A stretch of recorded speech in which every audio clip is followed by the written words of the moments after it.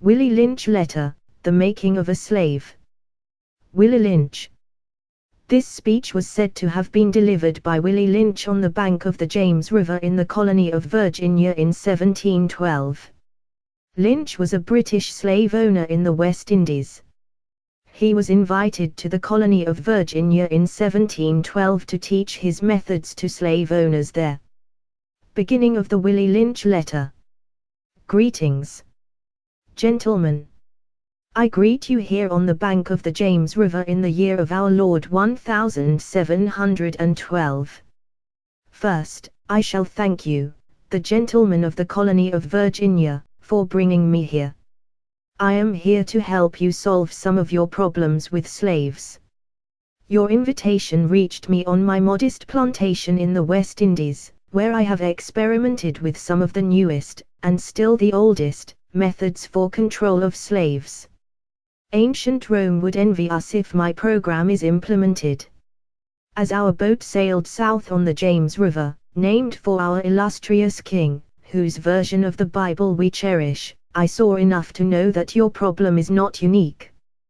While Rome used cords of wood as crosses for standing human bodies along its highways in great numbers, you are here using the tree and the rope on occasions. I caught the whiff of a dead slave hanging from a tree, a couple miles back. You are not only losing valuable stock by hangings, you are having uprisings, slaves are running away, your crops are sometimes left in the fields too long for maximum profit, you suffer occasional fires, your animals are killed. Gentlemen, you know what your problems are, I do not need to elaborate. I am not here to enumerate your problems, I am here to introduce you to a method of solving them. In my bag here, I have a foolproof method for controlling your black slaves. I guarantee every one of you that, if installed correctly, it will control the slaves for at least 300 years. My method is simple. Any member of your family or your overseer can use it. I have outlined a number of differences among the slaves, and I take these differences and make them bigger. I use fear, distrust and envy for control purposes. These methods have worked on my modest plantation in the West Indies and it will work throughout the South. Take this simple little list of differences and think about them. On top of my list is age, but it's there only because it starts with an A. The second is color or shade. There is intelligence, size, sex, sizes of plantations, status on plantations, attitude of owners, whether the slaves live in the valley, on a hill, east, west, north, south, have fine hair, coarse hair, or is tall or short. Now that you have a list of differences, I shall give you an outline of action, but before that, I shall assure you that distrust is stronger than trust and envy stronger than adulation, respect or admiration. The black slaves after receiving this indoctrination shall carry on and will become self-refueling and self-generating for hundreds of years, maybe thousands. Don't forget, you must pitch the old black male versus the young black male, and the young black male against the old black male. You must use the dark-skinned slaves versus the light-skinned slaves, and the light-skinned slaves versus the dark-skinned slaves. You must use the female versus the male, and the male versus the female. You must also have white servants and overseers, who distrust all blacks. But it is necessary that your slaves trust and depend on us. They must love, respect and trust only us. Gentlemen, these kits are your keys to control. Use them. Have your wives and children use them, never miss an opportunity. If used intensely for 1 year, the slaves themselves will remain perpetually distrustful. Thank you, gentlemen. Let's make a slave. It was the interest and business of slave holders to study human nature, and the slave nature in particular, with a view to practical results. I and many of them attained astonishing proficiency in this direction. They had to deal not with earth, wood and stone, but with men and, by every regard. They had for their own safety and prosperity they needed to know the material on which they were to work, conscious of the injustice and wrong they were every hour perpetuating and knowing what they themselves would do. Were they the victims of such wrongs? They were constantly looking for the first signs of the dreaded retribution. They watched therefore with skilled and practiced eyes, and learned to read with great accuracy, the state of mind and heart of the slave, through his sable face. Unusual sobriety, apparent abstractions, sullenness and indifference indeed, any mood out of the common was afforded ground for suspicion and inquiry. Frederick Douglass' Let's Make a Slave is a study of the scientific process of man-breaking and slave-making. It describes the rationale and results of the Anglo-Saxons' ideas and methods of ensuring the master/slave relationship. Let's make a slave the original and development of a social being called the Negro. Let us make a slave. What do we need? First of all, we need a black nigger man, a pregnant nigger woman and her baby nigger boy. Second, we will use the same basic principle that we use in breaking a horse, combined with some more sustaining factors. What we do with horses is that we break them from one form of life to another, that is, we reduce them from their natural state in nature. Whereas nature provides them with the natural capacity to take care of their offspring, we break that natural string of independence from them and thereby create a dependency status, so that we may be able to get from them useful production for our business and pleasure. Cardinal principles for making a Negro. For fear that our future generations may not understand the principles of breaking both of the beast together, the nigger and the horse. We understand that short-range planning economics results in periodic economic chaos, so that to avoid turmoil in the economy, it requires us to have breadth and depth in long-range comprehensive planning, articulating both skill-sharp perceptions. We lay down the following principles for long-range comprehensive economic planning.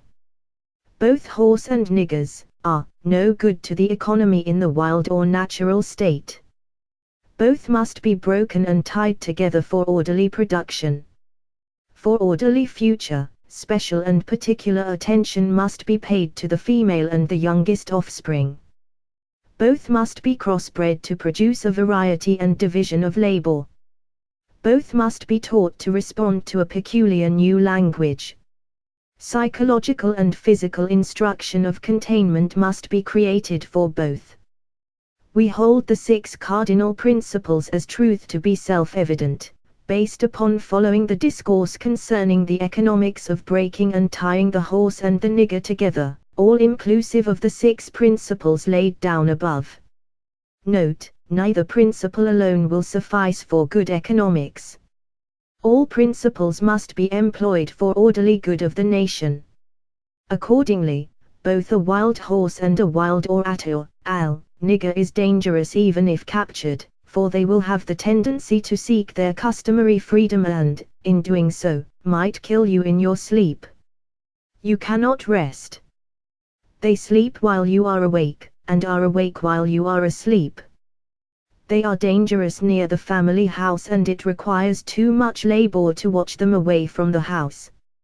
Above all, you cannot get them to work in this natural state. Hence, both the horse and the nigger must be broken, that is breaking them from one form of mental life to another.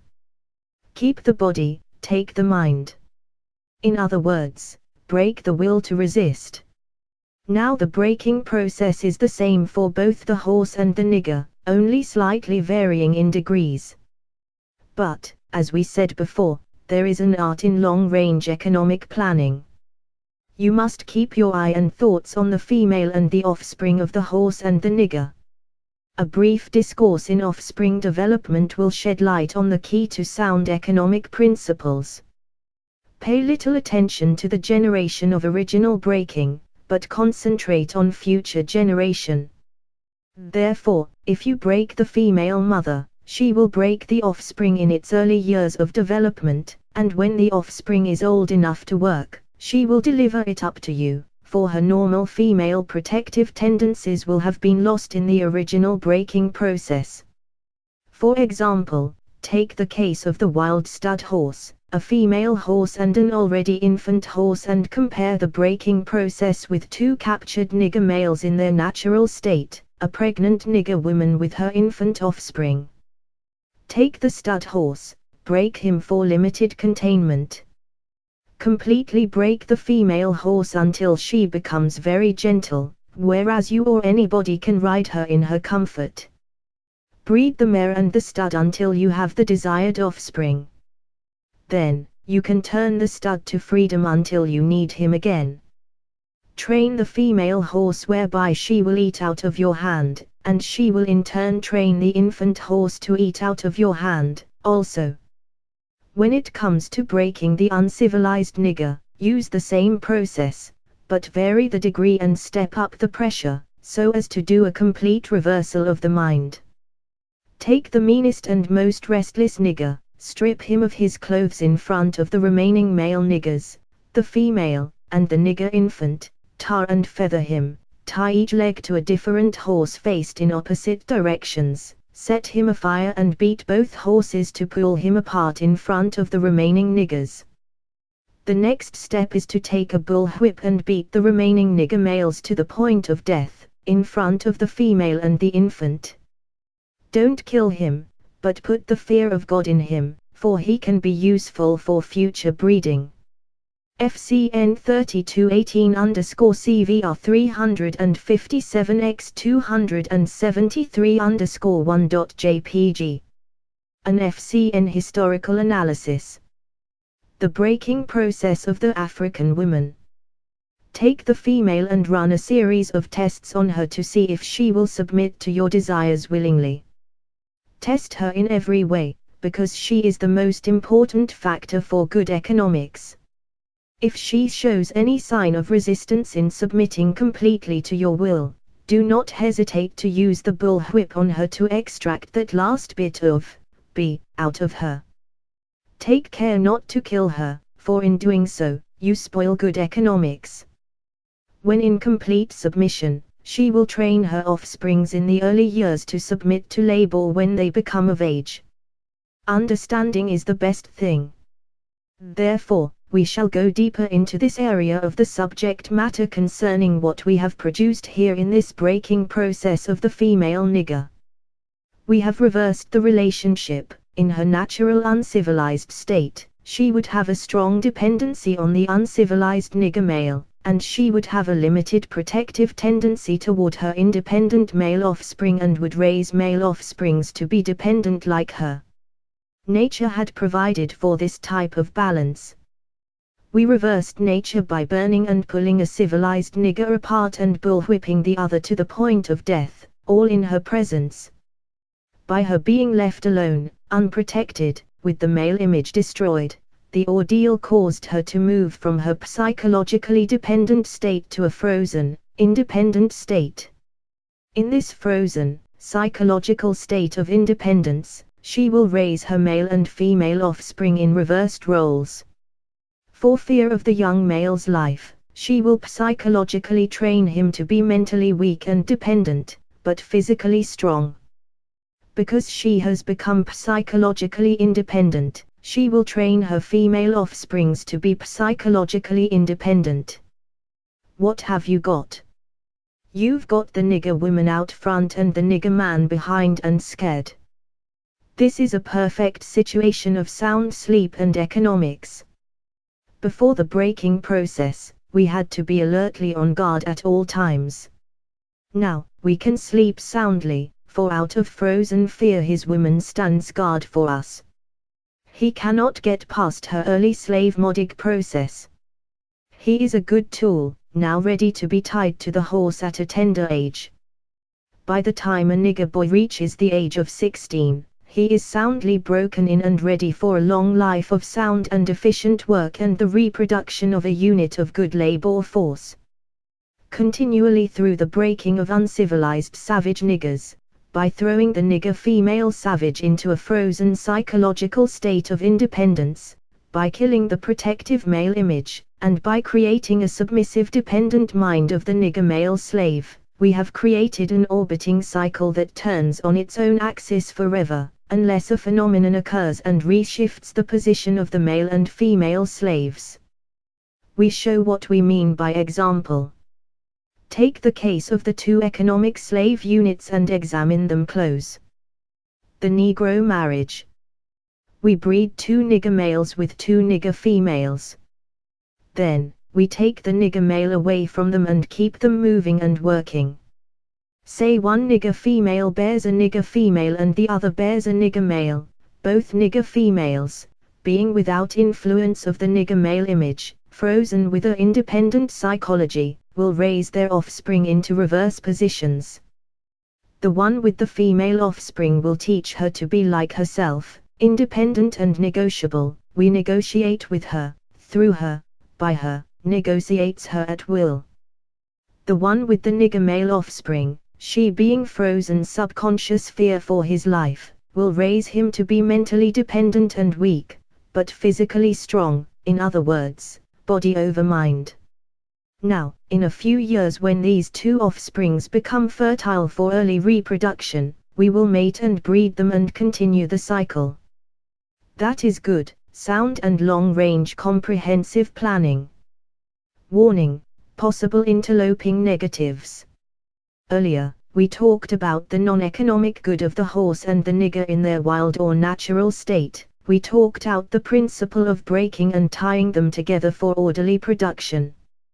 Furthermore, we talked about paying particular attention to the female savage and her offspring for orderly future planning.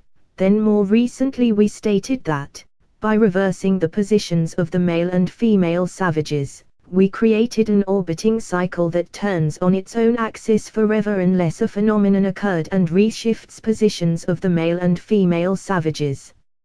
Our experts warned us about the possibility of this phenomenon occurring, for they say that the mind has a strong drive to correct and recorrect itself over a period of time if it can touch some substantial original historical base, and they advised us that the best way to deal with the phenomenon is to shave off the brute's mental history and create a multiplicity of phenomena of illusions, so that each illusion will twirl in its own orbit, something similar to floating balls in a vacuum.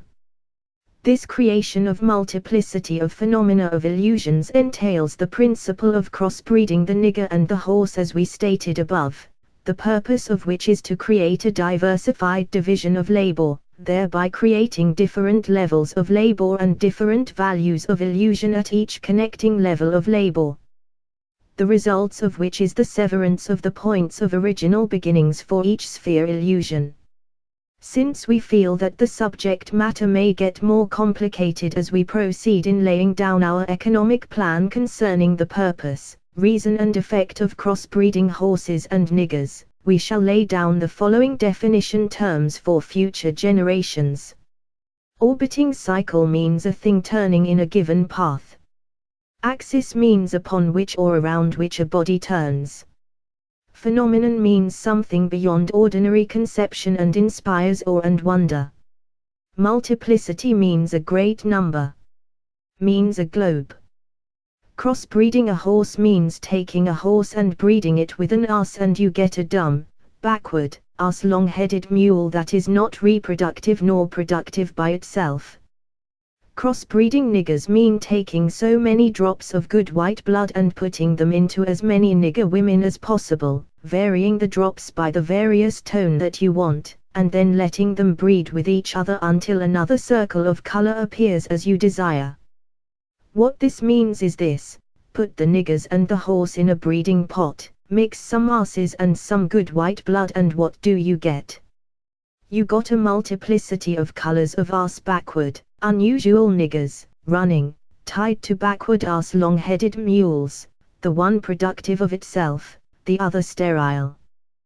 The one constant, the other dying. We keep the nigger constant for we may replace the mules for another tool, both mule and nigger tied to each other, neither knowing where the other came from and neither productive for itself, nor without each other. Controlled language. Crossbreeding completed, for further severance from their original beginning, we must completely annihilate the mother tongue of both the new nigger and the new mule, and institute a new language that involves the new life's work of both. Language is a peculiar institution. It leads to the heart of a people. The more a foreigner knows about the language of another country, the more he is able to move through all levels of that society. Therefore, if the foreigner is an enemy of the country, to the extent that he knows the body of the language, to that extent is the country vulnerable to attack or invasion of a foreign culture. For example, if you take a slave, if you teach him all about your language, he will know all your secrets, and he is then no more a slave, for you can't fool him any longer, and being a fool is one of the basic ingredients of any incidents to the maintenance of the slavery system. For example, if you told a slave that he must perform in getting out our crops and he knows the language well, he would know that our crops didn't mean our crops and the slavery system would break down, for he would relate on the basis of what our crops really meant. So you have to be careful in setting up the new language, for the slaves would soon be in your house, talking to you as man to man, and that is death to our economic system. In addition, the definitions of words or terms are only a minute part of the process. Values are created and transported by communication through the body of the language. A total society has many interconnected value systems. All the values in the society have bridges of language to connect them for orderly working in the society. But for these language bridges, these many value systems would sharply clash and cause internal strife or civil war, the degree of the conflict being determined by the magnitude of the issues or relative opposing strength in whatever form. For example, if you put a slave in a hog pen and train him to live there and incorporate in him to value it as a way of life completely, the biggest problem you would have out of him is that he would worry you about provisions to keep the hog pen clean, or the same hog pen and make a slip and incorporate something in his language whereby he comes to value a house more than he does his hog pen. You got a problem. He will soon be in your house. Additional note, Henty Berry, speaking in the Virginia House of Delegates in 1832, described the situation as it existed in many parts of the South at this time. We have, as far as possible, closed every avenue by which light may enter there, the slaves' minds. If we could extinguish the capacity to see the light, our work would be complete. They would then be on a level with the beasts of the field and we should be safe. I am not certain that we would not do it, if we could find out the process, and that on the plea of necessity. From Brown America, The Story of a New Race by Edwin R. Embry. 1931. The Viking Press,